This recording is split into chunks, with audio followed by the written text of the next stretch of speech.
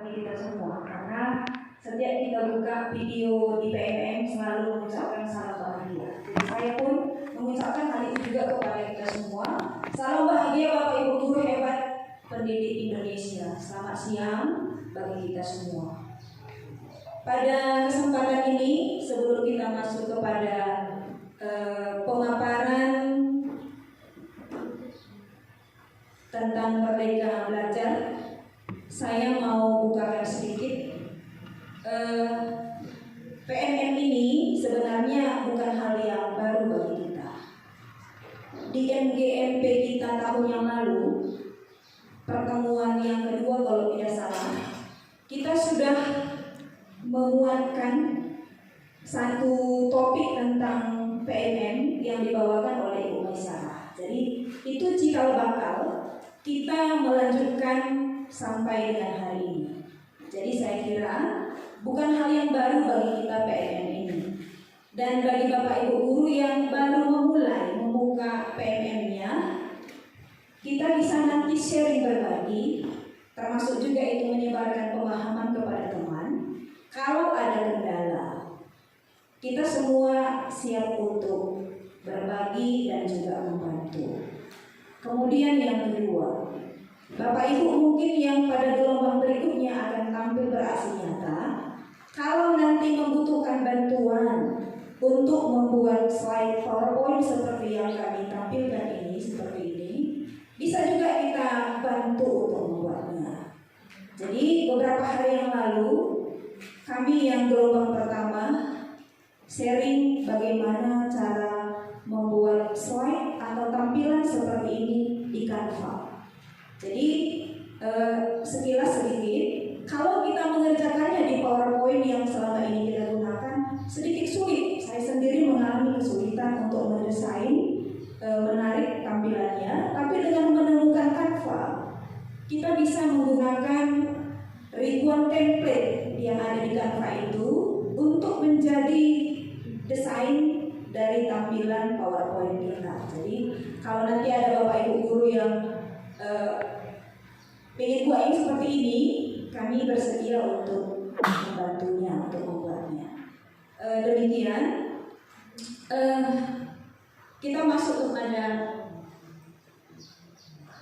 menyebarkan pemahaman. Jadi saya juga mau sampaikan kepada Bapak Ibu guru, di sini kami bukan mengajari, ya.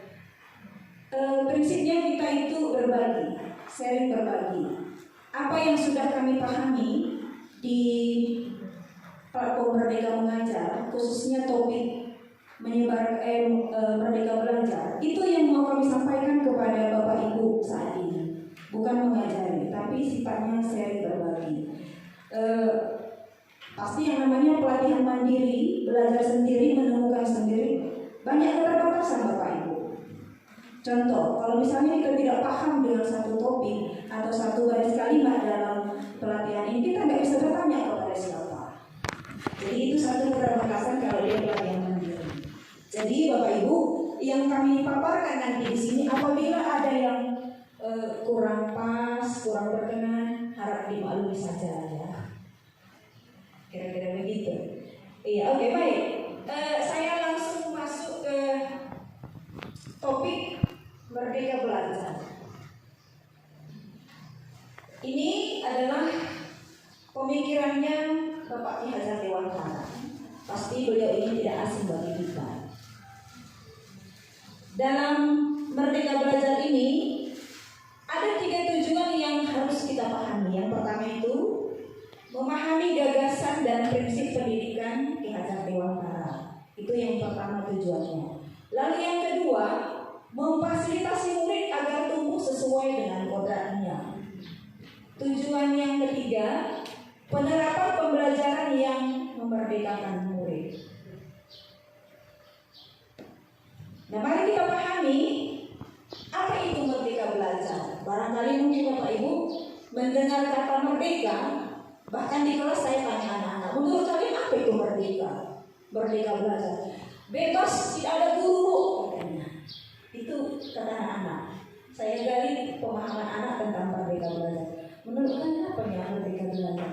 Dan Malaysia jadi tidak mau guru,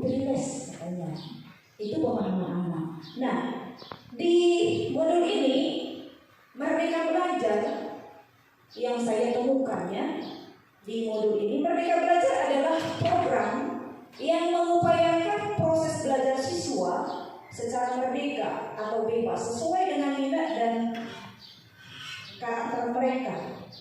Jadi guru tidak lagi berperan untuk menjalankan kurikulum saja, namun menjadi penghubung antara kurikulum dan minat siswa. Itu tentang Merdeka Belajar. Nah, dalam Merdeka Belajar, guru dan siswa diberi kebebasan berinovasi, kebebasan berpikir, dan keberanian bertindak, serta menganalisis resiko dengan tepat. Semuanya itu bertujuan untuk meningkatkan kualitas belajar dan mengoptimalkan bakat murid. Itulah pengertian Merdeka Belajar. Lalu dari pemaparan ini Bapak Ibu, untuk mewujudkan Merdeka Belajar itu, seorang guru harus, yang pertama, ini ada di modul 1, guru itu harus mengenali dan memahami diri sebagai pendidik. Guru harus paham apa kekuatan dan kelemahannya sebagai seorang pendidik. Lalu yang kedua, guru harus bisa mendidik dan mengajar. Yang ketiga, guru harus bisa mendampingi murid dengan utuh dan menyeluruh. Kemudian yang keempat, mendidik dan melatih kecerdasan budi pekerti. Yang kelima, guru harus melakukan pendidikan yang mengantarkan keselamatan dan kebahagiaan. Jadi yang saya paparkan kali ini hanya modul 1, 2, dan 3. Modul 4 dan 5 itu bagian Ibu Alwesa nantinya. Jadi kami berbagi kolaborasi. Nah, selanjutnya di modul 1 tadi mengenali dan memahami diri sebagai pendidik. Sebagai pendidik tentu sudah seharusnya mampu mengenal karakteristik peserta didiknya dan mampu melihat apa kebutuhan muridnya. Akan tetapi hal yang paling mendasar, ini yang paling mendasar, sebelum guru itu mengenal karakter dan juga kebutuhan muridnya, guru harus kenal siapa dirinya, apa kekuatannya, apa kelemahannya. Guru harus tahu itu. Jadi setelah paham bagaimana pribadinya, kekuatan dan kelemahannya, guru sudah mesti mampu memahami karakteristik dan juga kebutuhan muridnya. Selanjutnya, satu langkah awal kita sebagai pendidik adalah bagaimana memaknai dan menghayati pribadi kita sebagai manusia yang merdeka untuk terus belajar. Jadi yang dikatakan manusia merdeka itu bukan manusia yang bebas dari aturan dan tidak punya aturan, bukan itu. Tapi manusia merdeka di sini adalah manusia yang terus menerus belajar, meningkatkan kemampuannya dan juga berdiri di atas kakinya sendiri, tidak bergantung kepada orang lain.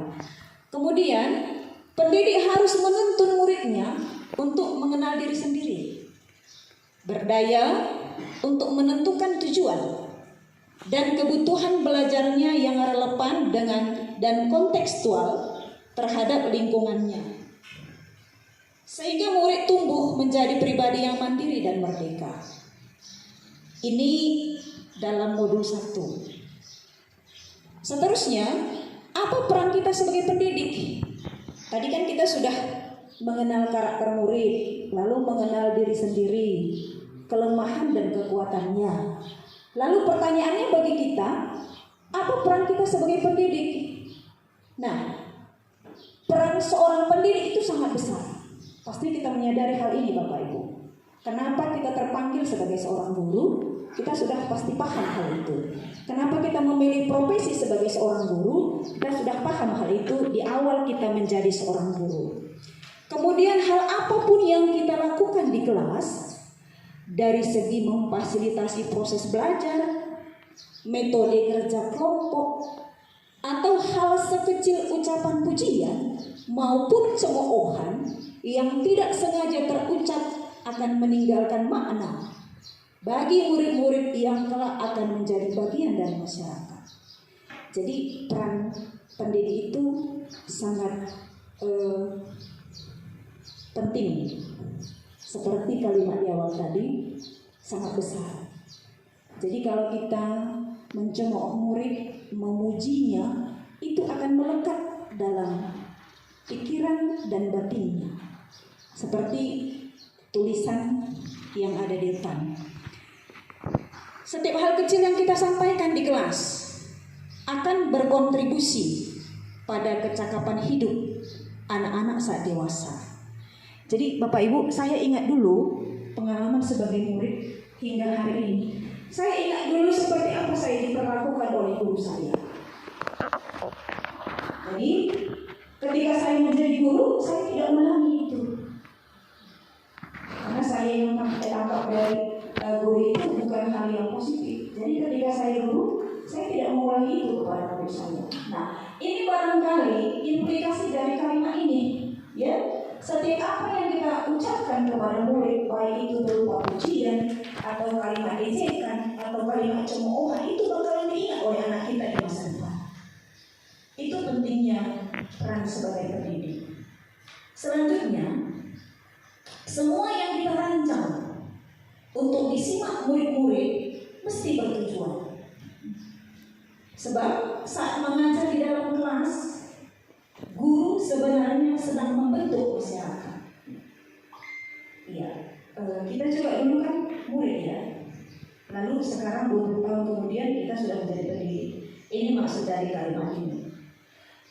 Guru sebenarnya sedang membentuk masyarakat, membentuk budaya masa depan lewat murid-murid kita. Nah, Ki Hajar Dewantara mengatakan, mendidik anak sama dengan mendidik rakyat. Kehidupan kita saat ini adalah buah dari pendidikan yang kita terima saat kita masih anak-anak dahulu. Itu kata Ki Hajar Dewantara. Nah, begitu pula dengan anak-anak yang saat ini kita didik di kelas kita, baik kita sebagai wali kelas ataupun guru mata pelajaran. Ini belajar begitu pula dengan anak-anak yang saat ini belajar bersama kita, kelak akan menjadi bagian dari masyarakat di masa depan. Jadi 20 tahun kemudian, anak-anak yang kita didik itu akan menjadi masyarakat seperti kita. Apa yang kita sampaikan, kita torehkan di dalam batin mereka, bakalan ingat itu di masa depan. Nah, menyadari bahwa anak-anak yang saat ini belajar bersama kita, kelak akan menjadi bagian dari masyarakat di masa depan. Sebagai guru, apa yang bisa kita lakukan untuk menghantar mereka menuju mimpi dan cita-cita mereka? Ini pertanyaan Bapak Ibu. Selanjutnya, murid kita sekarang adalah generasi digital natif. Generasi milenial dan generasi Z. Mereka pasti berselancar di internet, bisa mendapat pengetahuan bahkan keterampilan sesuai kebutuhan belajar mereka. Ini sudah kita lihat langsung ya. Anak-anak kita di rumah malah lebih pintar dari kita menggunakan handphone, kemudian penggunaan internet. Lantas, apa yang perlu kita selaraskan? Ini menjadi pertanyaan. Lantas apa yang perlu kita selaraskan agar kita bisa menjadi pendidik yang relevan dengan konteks zaman? Nah, Ki Hajar Dewantara mengatakan tadi seperti ini. Seorang pendidik harus terus belajar meningkatkan kompetensinya dalam memberi ilmu dan kecakapan hidup. Anak dalam usaha mempersiapkannya untuk segala kepentingan hidup manusia, baik dalam hidup bermasyarakat maupun hidup berbudaya dalam arti seluas-luasnya. Ini jawaban Ki Hajar Dewantara atas pertanyaan yang kita munculkan tadi. Apa yang harus kita selaraskan supaya kita menjadi pendidik yang selaras atau sesuai dengan konteks zaman? Jadi jawaban Ki Hajar Dewantara seperti di depan itu ya. Kita harus meningkatkan kompetensi kita terus-menerus, kata beliau. Nah, seterusnya, sebagai pendidik kita ingin menjadi guru seperti apa bagi murid-murid kita? Sebagai pendidik kita ingin menjadi guru seperti apa bagi murid-murid kita? Yang pertama, Seharusnya, ini yang idealnya, guru itu harus memberi energi positif bagi muridnya. Memberi energi yang positif. Yang kedua, guru mesti adaptif. Adaptif artinya bisa beradaptasi terhadap perubahan zaman yang dinamis. Jadi kita nggak bisa seperti yang dulu sebagai seorang guru. Kita harus terus-menerus berkembang mengikut zaman. Kita tidak bisa lagi seperti model yang dulu, tapi kita harus tetap dan terus membenahi diri. Kemudian yang ketiga, guru yang menimbulkan rasa takjub dan kasmaran dalam belajar. Bukan membuat siswa kita malas. Bahkan ketika kita hadir di kelas, anak kita tidak hadir.